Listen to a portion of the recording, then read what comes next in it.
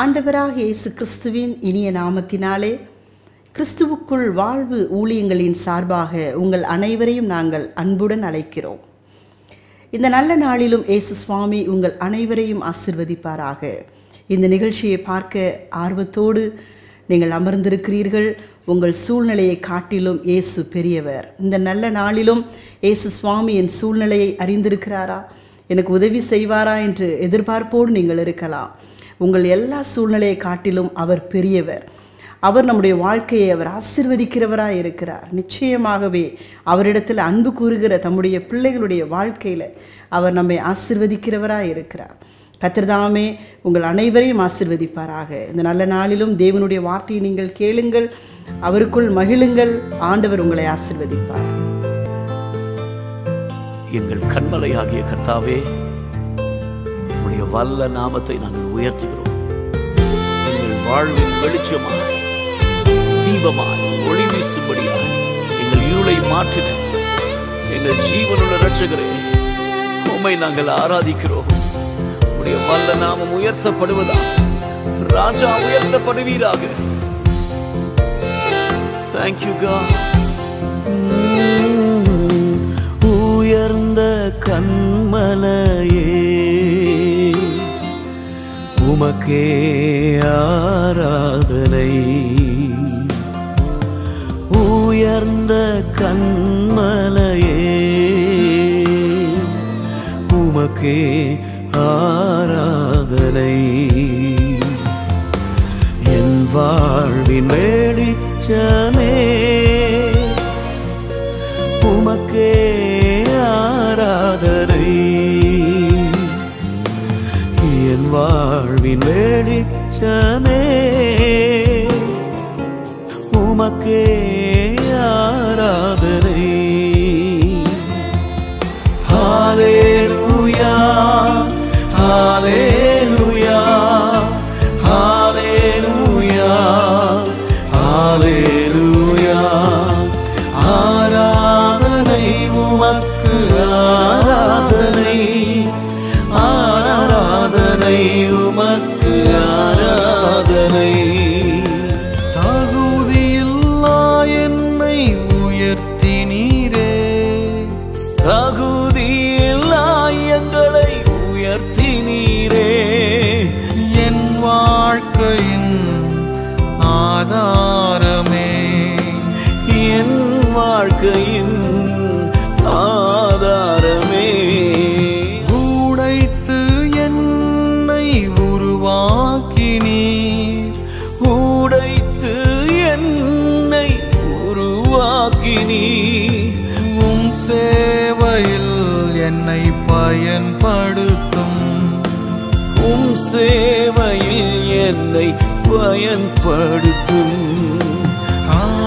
ரெண்டு கைகளை உயர்த்தி அந்த ஜீவனுள்ள இரட்சகரை நம்ம எல்லாரும் சேர்ந்து நாம் ஆராதிப்போம். அவருடைய மகத்துவம் உள்ள நாமம் உயர்த்தப்படுவதாக. ஆராதனை உமக்கு, ஆராதனை, ஆராதனை உமக்கு. சேர்ந்து கரங்களை உயர்த்தி ஹல்லேலூயா,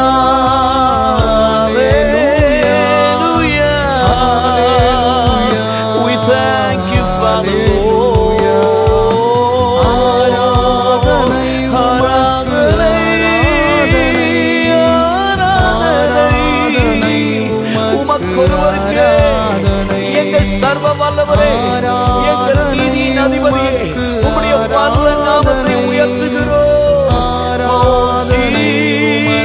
Jesus Lord, we exalt your name.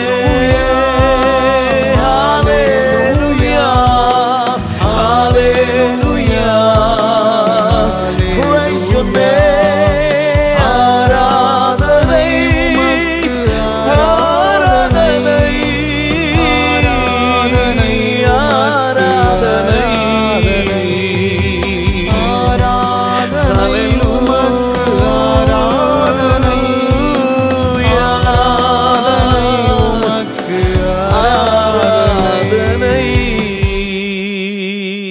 மிகவும் அன்பானவர்களே, ஆண்டவராகிய இயேசு கிறிஸ்துவினுடைய நல்ல நாமத்தில் உங்கள் ஒவ்வொருவரையும் நாங்கள் வாழ்த்துகின்றோம். கிறிஸ்துவுக்குள் வாழ்வு ஊழியங்கள் சார்பாக இந்த நிகழ்ச்சிகள் ஒவ்வொரு வாரமும் புதன்கிழமைகளிலே மாலை 8 முதல் 8:30 வரை நமது நம்பிக்கை தொலைக்காட்சியிலே நாம் ஒவ்வொரு வாரங்களிலும் இதை நாம் வெளியிட்டு வருகின்றோம். குடும்பமாக மகிழ்ச்சியோடு மறக்காமல் திட்டமிட்டு நீங்கள் இந்த நிகழ்ச்சியை பாருங்கள். ஆண்டவர் உங்களையும் உங்கள் குடும்பத்தையும் அபாரமாக ஆசீர்வதிப்பார். ஆமென். அன்பானவர்களே, இந்த உலகத்திலே நாம் எங்கு பார்த்தாலும் ஒரு விதமான எரிச்சல், கோபம், வன்முறை, சண்டைகள் இவைகளை நாம் பொதுவாக உலகமெங்கிலும் பார்க்கிறோம். சில நேரங்களிலே நாம் யோசிக்கிறோம், வளர்ந்துவிட்ட இந்த நவநாகரிக காலகட்டத்திலே ஏன் மனிதர்கள் அடித்துக் கொள்கிறார்கள்? மனிதர்கள் தான் அடித்துக் கொள்கிறார்கள் என்றால், எல்லாம் அறிந்த அரசாங்கங்கள், நாடுகள், தேசங்கள் ஏன் அடித்துக் கொள்கின்றார்கள்? எங்கு பார்த்தாலும் எப்பொழுது நாம் தொலைக்காட்சியை, செய்திகளை நாம் கேட்டாலும் வாசித்தாலும் சண்டைகள், கொலைகள், வெறிகள், எப்பொழுதும் இவைகள் இல்லாத ஒரு செய்தியே இருக்காது.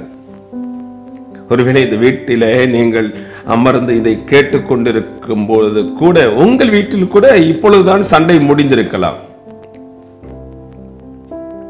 அல்லது ஒரு சண்டைக்கான ஒரு ஆயத்தம் இருப்பது போல் நீங்கள் நினைக்கலாம். பைபிளில் இருந்து சில காரியங்களை நான் உங்களுக்கு சொல்லும்படியாய் விரும்புகிறேன். பரிசுத்த சங்கீத புத்தகத்தை நாம் வாசிக்கும் பொழுது, இது ஒரு தாவீதின் சங்கீதம் 37, சாம் நம்பர் 37. முதலாம் வசனத்திலே தாவீது இவ்வாறு எழுதுகிறார்: பொல்லாதவர்களை குறித்து எரிச்சல் அடையாதே. பொல்லாதவர்களை குறித்து எரிச்சல் அடையாதே. இன்றைக்கு இந்த உலகத்தில் இருக்கிற பொல்லாத காரியங்களை பார்க்கும் பொழுது உடனே நம்முடைய தலை மிகவும் சூடாகுகிறது, ரத்தம் கொதிக்கிறது, எரிச்சல் கூடுகிறது, கோபம் வருகிறது, அடக்க முடியவில்லை. சிலரெல்லாம் சொல்லுவாங்க, பாஸ்டர், சிலரெல்லாம் பார்த்தாலே போதும் என் ரத்தம் கொதிக்கிறது, எரிச்சல் வருகிறது. சிலருக்கு பார்க்க வேண்டிய அவசியமே இல்லை, பேரை கேட்டாலே போதும். சிலருடைய பெயரை கேட்டாலே ரத்தம் கொதிக்கிறது. சிலருக்கு சில ஊரை கேட்டால் ரத்தம் கொதிக்கிறது. சில சம்பவங்களை நினைத்து பார்த்தால் ரத்தம் கொதிக்கிறது. எரிச்சல், கோபம், சண்டை, உக்கிரம். இந்த வார்த்தையை ஒருவேளை நீங்கள் வீடுகளில் இருந்து ஆங்காங்கு நின்று கொண்டோ, உட்கார்ந்து கொண்டோ, சமையல் செய்து கொண்டோ, அல்லது அமர்ந்து கொண்டு விளையாடி கொண்டோ, அல்லது செல்போன் நோண்டி கொண்டோ, எப்படியோ நீங்கள் ஏதோ ஒரு விதத்தில் நீங்கள் கவனித்துக் கொண்டிருக்கலாம். கவனியுங்கள், இந்த எரிச்சலிலிருந்து நான் விடுதலை பெற விரும்புகிறேன், ஆனால் என்னால் முடியவில்லை. கோபப்படக்கூடாது என்று நான் நினைக்கிறேன், முடியவில்லை. சிலர்லாம் கோபம் வரணும்னே முடிவில் இருப்பாங்க, சிலர் கோபமே வேண்டான்னு அமைதியா இருப்பாங்க. கோபப்படுகிறவர்களை இந்த உலகம் கோபப்படாதே என்று சொல்லும். கோபப்படாதவர்களை இந்த உலகம் பார்த்து, சூடு சொரணை இல்லையா, உனக்கு கோபமே வராதா என்று இந்த உலகம் எரிச்சல் படுத்தும். இது ஒரு பொல்லாத உலகம்.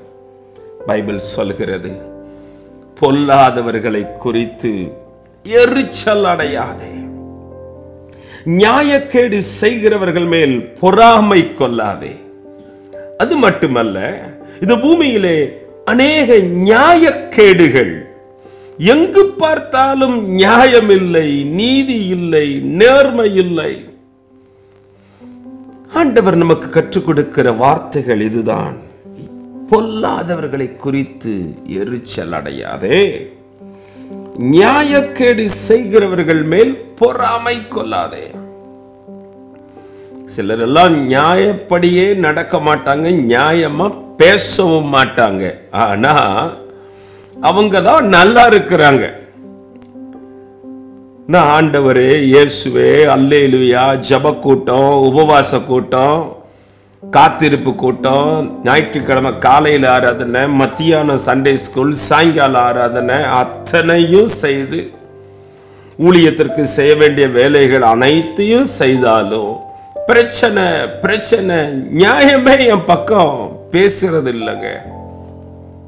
இதெல்லாம் தேவையா? நியாயமே இல்லாதவர்கள் சுகமா வாழ்கிறாங்க. ஆண்டவர் சொல்லுகிறார், அவர்களை கண்டு பொறாமை கொள்ளாதே. ஏன் பொறாமை கொள்ளக்கூடாது? அவர்களுடைய வாழ்க்கை எப்படி இருக்கிறது என்பதை பற்றி 2ஆம் வசனம் வேகமாக சொல்கிறது. இந்த பொல்லாதவர்களும் நியாயக்கேடு செய்கிறவர்களும் அவர்கள் வாழ்க்கை சீக்கிரமாய் அறுப்புண்டு போய்விடும், வாடி போய்விடுவார்கள். ஒருவேளை இந்த ஆண்டுடைய வார்த்தையை கேட்டுக்கொண்டிருக்கும் பொழுது உங்களில் யாராவது பொல்லாத குணங்களை உடையவர்களாக, நீதி செய்யாமல் நியாயக்கேடு செய்கிறவர்களாக, குடும்பங்களிலே, வேலை செய்கிற இடங்களிலே, தெருக்களிலே, சமுதாயத்திலே, நாட்டுக்கும் வீட்டிற்கும் கேடை உண்டு பண்ணிக்கொண்டு இருக்கிற ஒரு குணம் உங்களுக்குள் இருக்கும் என்றால், அன்பானவர்களே, நீண்ட நாட்கள் இது நிலைக்காது என்பதை நான் உங்களுக்கு அன்போடு தெரிவிக்கிறேன். ஐயா, இப்படி பிரச்சனைக்கெல்லாம் நான் போறதே இல்லைங்க. பிரச்சனை என்னமோ என்ன தேடிதான் வருது. நான் என்ன செய்யணும்னு சொல்லுங்க. இந்த வேத பகுதியை நீங்க உங்க கைகளில பைபிள் இருந்தால் 37ஆம் சங்கீதத்தினுடைய 3ஆம் வசனத்தை அங்க நீங்க வாசிச்சு பாருங்க. ஆண்டவர் சொல்லுகிறார், உங்களுக்காக நான் வாசிக்கிறேன். Psalm number 37 verse 3, 37ஆம் சங்கீதம் 3ஆம் வசனம். கர்த்தரை நம்பி நன்மை செய். Trust in the Lord and do good. கர்த்தரை நம்பி நன்மை செய். எரிச்சல் வருகிறது, கோபம் வருகிறது. ஆண்டவரே, நான் என்ன செய்ய வேண்டும்? ஆண்டவர் சொல்லுகிறார், கர்த்தரை நம்பு. Trust in the Lord. ஓ, எரிச்சலும் கோபமும் வரும் பொழுது நான் எப்படி கடவுளை நம்ப முடியும்? எனக்கு எரிச்சல் தானே வருகிறது.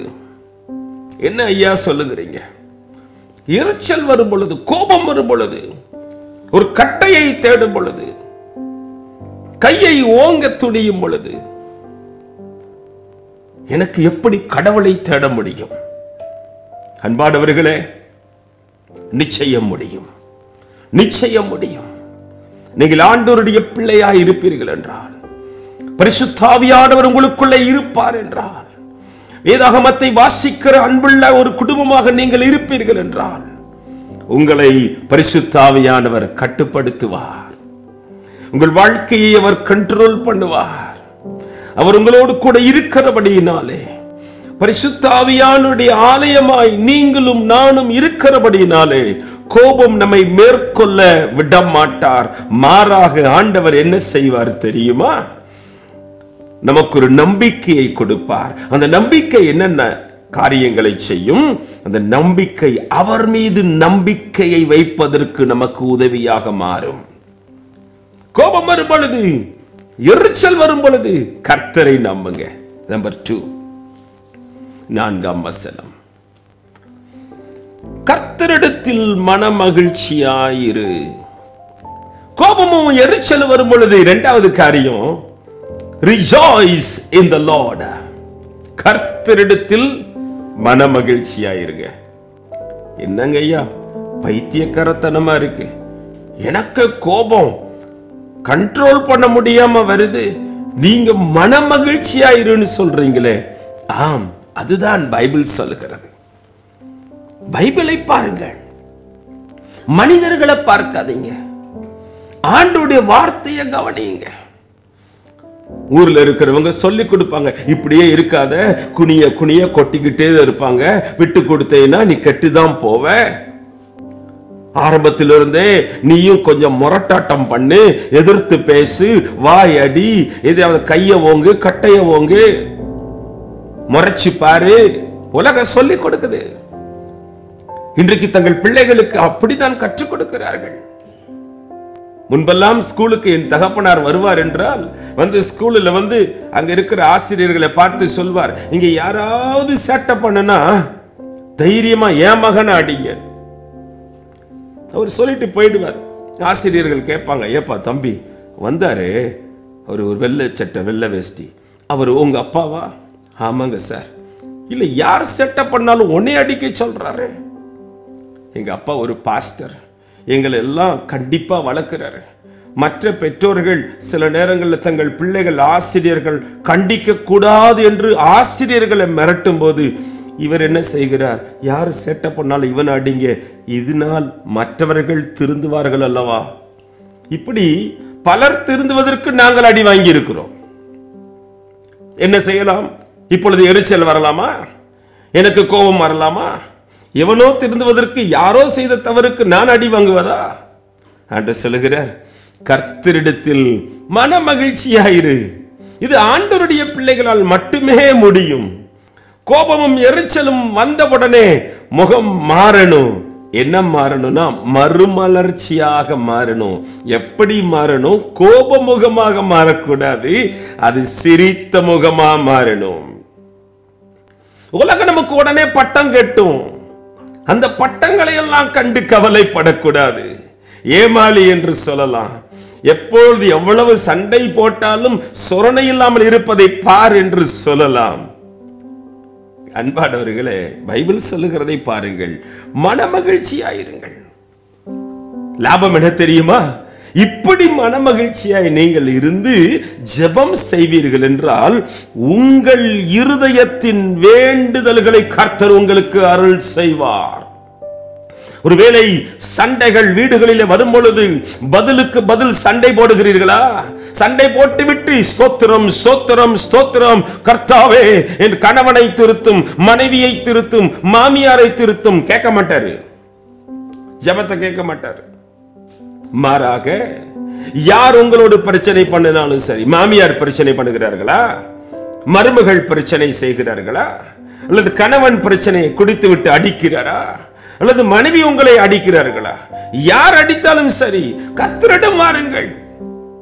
பல குடும்பங்களிலே ஒவ்வொருவராலும் பிரச்சனை, மனைவியால் பிரச்சனை, கணவனால் பிரச்சனை. பதிலுக்கு பதில் என்ன செய்யலாம்? மகிழ்ச்சி. சாதாரண மகிழ்ச்சி அல்ல, மனமகிழ்ச்சி. மனமகிழ்ச்சி நல்ல மருந்து. ஆண்டவர் சொல்லுகிறாரு, நீங்க கோபத்துக்கு பதிலா மனமகிழ்ச்சியாயிருங்க. அதுவும் கர்த்தரிடத்துல மனமகிழ்ச்சியாயிருங்க. மன மகிழ்ச்சியோடு ஒரு பாடலை கூட பாடுங்கள். வீட்டிலே உட்கார்ந்து கொண்டு நடக்கிறது என்ன தெரியுமா? அந்த பாடலோடு ஜெபமும் செய்யுங்கள். ஆண்டவர் உங்கள் இருதயத்தின் விருப்பத்தை உங்களுக்கு அருள் செய்வார். இன்று அது நடக்கும். நான் வேத வசனத்தை பிரசங்கிக்கிறேன். நிச்சயம் நீங்கள் இப்படி செய்து பாருங்கள். மனமகிழ்ச்சியோடு நீங்கள் ஒரு பாடலை பாடி ஜெபம் செய்யுங்கள். தேவன் உங்களுக்காக இறங்கி வந்து அற்புதம் செய்வார். மூன்றாவதாக, உங்கள் வழிகளை கர்த்தருக்கு ஒப்புவையுங்கள். சிலரெல்லாம் என் வழி அவர் வழிதான், தனி வழிதான், யார் பேச்சையும் கேட்கறதில்லை. அப்பா, அம்மா, தம்பி, தங்கச்சி, ஆசிரியர், பாஸ்டர், சமுதாயத்தில் பெரியவங்க ஒருவர் பேச்சையும் கேட்பதில்லை. அன்பானவர்களே, கோபம் வந்த உடனே நான் யார் பேச்சையும் கேட்க மாட்டேன். எரிச்சல் படுத்திட்டா யார் பேச்சையும் கேட்க மாட்டேன். செல்ல சொல்லுவாங்க, என்னைய டென்ஷன் பண்ணாதீங்க, நான் யார் பேச்சையும் கேட்க மாட்டேன். நோ, ஜனங்கள் உங்களை கோபப்படுத்தும் பொழுது, எரிச்சல் படுத்தும் பொழுது நான் யார் பேச்சையும் கேட்க மாட்டேன் என்று சொல்லக்கூடாது. கர்த்தர் என்ன சொல்லுகிறார், கர்த்தர் எந்த வழியை காட்டுகிறார். பைபிள் சொல்லுகிறது 5ஆம் வசனம், உன் வழியை கர்த்தருக்கு ஒப்புவித்து அவர் மேல் நம்பிக்கையாயிரு. என்ன சார் லாபம்? உங்க காரியம் நல்ல காரியமா நடக்கும், நல்லது நடக்கும். கர்த்தர் மேல நம்பிக்கை வைங்க. உலகம் உங்களை எரிச்சல் படுத்துகிறதா? சொந்தக்காரர்கள் உங்களை டார்ச்சர் பண்ணுகிறார்களா, எரிச்சல் படுத்துகிறார்களா? கர்த்தரை நம்புங்கள். என்னம்மா கர்த்தர் கர்த்தர் அல்லேலூயாங்கறையே? ஆமா, அல்லேலூயா. கர்த்தர் என்று சொன்னால் கர்த்தர் காரியத்தை வாய்க்க பண்ணுவார், நடக்கும்.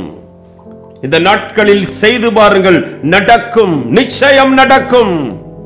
தேவ மனிதனாக சொல்கிறேன், பரிசுத்த வேதாகமத்தை சுமந்து கொண்டு சொல்கிறேன், கர்த்தரை நம்புங்கள், காரியம் நடக்கும்.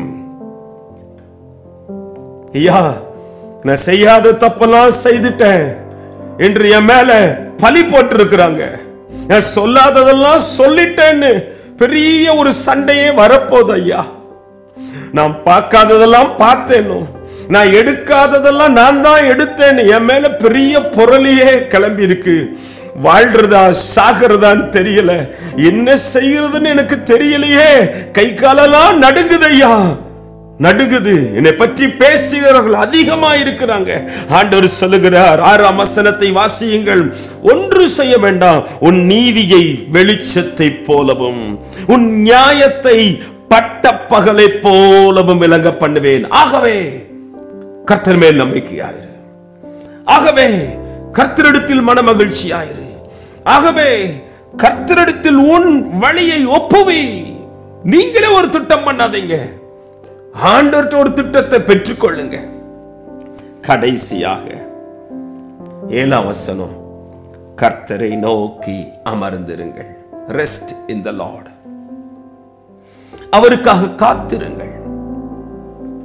Wait on the Lord. அநேகர் என்ன நினைக்கிறாங்கன்னா, waiting time is a wasting time. கர்த்தருக்காக காத்திருக்கிற வெயிட்டிங் டைம்லாம் அது வேஸ்டிங் டைம் பா. Don't waste your time. இந்த இயேசுநாதரை பத்தி பேசுறவங்க எல்லாம் இப்படிதான் சொல்வாங்க. அவர் பார்த்துக்கிறாரு, இயேசு இருக்கிறாரு, ஆண்டவர் இருக்கிறாரு, சர்ச்சுக்கு வாங்க, ஜெபம் பண்ண வாங்க. No no no no. பல்லாத மனிதர்கள் வார்த்தைகளை கேட்டு தடுமாறி போய் விடாதிருங்கள். Waiting time is not a wasting time. காத்திருப்பது உங்கள் நேரத்தை வீணடிப்பதல்ல. கர்த்தருக்கு காத்திருக்கிறவர்களோ புது பலன் அடைவார்கள். என் வார்த்தையை கவனித்துக் கொண்டிருக்கிற அன்பு தாயே, தகப்பனே, தம்பி, தங்கச்சி, அம்மா, சகோதர சகோதரிகளே, கோபம் வருகிறதா? எரிச்சலாக இருக்கிறதா? பைபிளை பாருங்க, கர்த்தரை நம்புங்க, கர்த்தரிடத்துல மன மகிழ்ச்சியாயிருங்க, கர்த்தருக்கு உங்க வழியை ஒப்பு கொடுங்க, கர்த்தரை நோக்கி அமர்ந்து காத்திருங்க, ரிலாக்ஸ் பண்ணுங்க, ரெஸ்ட் எடுங்க, எல்லாம் சரியாயிடும். கர்த்தர் என்ன செய்வார் தெரியுமா? நீங்க என்ன ஜெபம் பண்ணுகிறீங்களோ, இருதயத்தில் ஆசைப்படுகிறீங்களோ, அதை உங்களுக்கு அருள் செய்வார். அதை விட காரியம் நல்லபடியா நடக்கும். உங்க குடும்பம் நல்ல சிறப்பா மாறும். உங்க பிள்ளைகள் சிறந்தவர்களா வருவாங்க. நீங்க சிறந்தவர்களா மாறுவீங்க. God bless you. ஆண்டவர் உங்களை அபாரமாக ஆசீர்வதிப்பாராக. உங்களுக்காக நான் ஜெபிக்க போகிறேன். இருக்கிற இடங்களிலே கண்களை மூடி, ஆண்டவரே, ஒருவேளை கண்களை மூடுவதற்கு உங்களுக்கு சற்று கூச்சமா இருந்தாலும், தூரத்தில் இருந்தோ அருகில் இருந்தோ நீங்கள் உங்கள் காதை கொடுத்து கேளுங்கள். இருதயத்திலே ஜெபம் பண்ணுங்கள். ஆண்டவரே, என்னை சிலர் எரிச்சல் படுத்துகிறார்கள், என்னை தேடி வந்து எரிச்சல் படுத்துகிறார்கள், கோபப்படுத்துகிறார்கள். நான் நன்றாகத்தான் வாழ விரும்புகிறேன், ஓரமாக ஒதுங்கி வாழ விரும்புகிறேன்.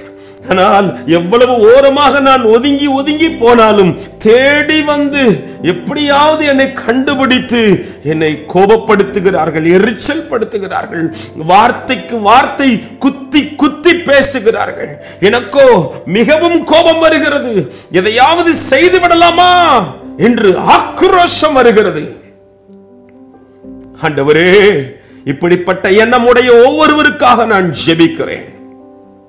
கோபம் வரும் பொழுது, எரிச்சல் வரும் பொழுது, பரிசுத்த ஆவியானவராகிய தெய்வமே இவர்களுடைய உள்ளத்திற்குள்ளே, அவருடைய இருதயத்திற்குள்ளே, அவருடைய சிந்தனைக்குள்ளே இறங்கி வாங்கப்பா, நம்பிக்கையை கொடுங்கப்பா. அவர்கள் உம்மை நம்புவார்களாக. கோபம் வரும் பொழுது மன மகிழ்ச்சி உண்டாவதாக. கோபமும் எரிச்சலும் மக்கள் கொண்டு வரும் பொழுது ஆண்டவரே உம்முடைய கரத்திலே வழியை ஒப்பு கொடுப்பார்களாக. எல்லாவற்றுக்கு மேலாக இந்த சூழ்நிலையிலே உம்மை நோக்கி அமர்ந்து உமக்காய் காத்திருப்பார்களாக. இந்த நேரத்தில் ஆண்டவரே, எத்தனை குடும்பங்கள் என்னோடு கூட இணைந்து ஜெபிக்கிறார்களோ, என்னோடு கூட இணைந்து ஜெபிக்கிற ஒவ்வொரு தகப்பனுக்காகவும், தாயாருக்காகவும், தம்பி தங்கச்சிக்காகவும், சகோதர சகோதரிகளுக்காகவும் நான் ஜெபிக்கிறேன். சிலருக்கு ஸ்கூல்ல பிரச்சனை, ஸ்கூல் செல்லும் பொழுதெல்லாம் சிலர் கோபப்படுத்துகிறார்கள். சிலருக்கு கல்லூரிக்கு செல்லும் பொழுதெல்லாம் அங்கே கோபப்படுத்துகிறார்கள். சிலர் வேலைக்கு செல்லும் போதெல்லாம் சிலர் இருந்து கொண்டு கோபப்படுத்தி விளையாட்டு காட்டிக் கொண்டிருக்கிறார்கள். இயேசுவே, இவருடைய சகல பிரச்சனைகளில் இருந்தும் விடுதலை செய்வீராக. தெருவிலே நடந்து வரும் பொழுது, போகும் பொழுது கோபப்படுத்துகிற ஒவ்வொருவருடைய கரங்களில் இருந்தும் ஆண்டவருடைய பிள்ளைகளை விடுதலை செய்வீராக. இயேசுவின் நாமத்தில் இப்பொழுதே விடுதலை உண்டாவதாக. சுகமாய் வாழ்வார்களாக. இவர்களுடைய வசனத்தின்படி உம்மையே நம்பி இருப்பார்களாக. உதவி செய்யும் நல்ல பிதாவே, ஆமென். அன்பானவர்களே, கிறிஸ்துவுக்குள் வாழ்வு ஊழியங்கள் சார்பாக மறுபடியும் உங்களை நாங்கள் வாழ்த்துகிறோம். எப்பொழுதும் ஆண்டவர் உங்களை நேசிக்கிறார். கோபத்தை கண்டு பயப்படாதிருங்கள், கர்த்தரை நம்புங்கள், காரியம் வாய்க்கும். God bless you. ஆமென். பிரியமானவர்களே, உங்கள் ஜெப தேவைகளை எங்களுக்கு தெரியப்படுத்துங்கள். நிச்சயமாக உங்களுக்காக நாங்கள் ஜெபிக்க குழுவாக ஆயத்தமாயிருக்கிறோம். கிறிஸ்துவுக்குள் வாழ்வு திருச்சபை ஊழியங்கள் உங்கள் வாழ்க்கையினுடைய ஒவ்வொரு சூழல்களிலும் கூடவே இருந்து ஆண்டவருக்குள்ளே வழி நடத்த நாங்கள் எங்களை அர்ப்பணித்திருக்கிறோம். நிச்சயமாகவே ஆண்டவர் நம்மை கைவிட மாட்டார். God bless you. Amen. என்னை அழைத்து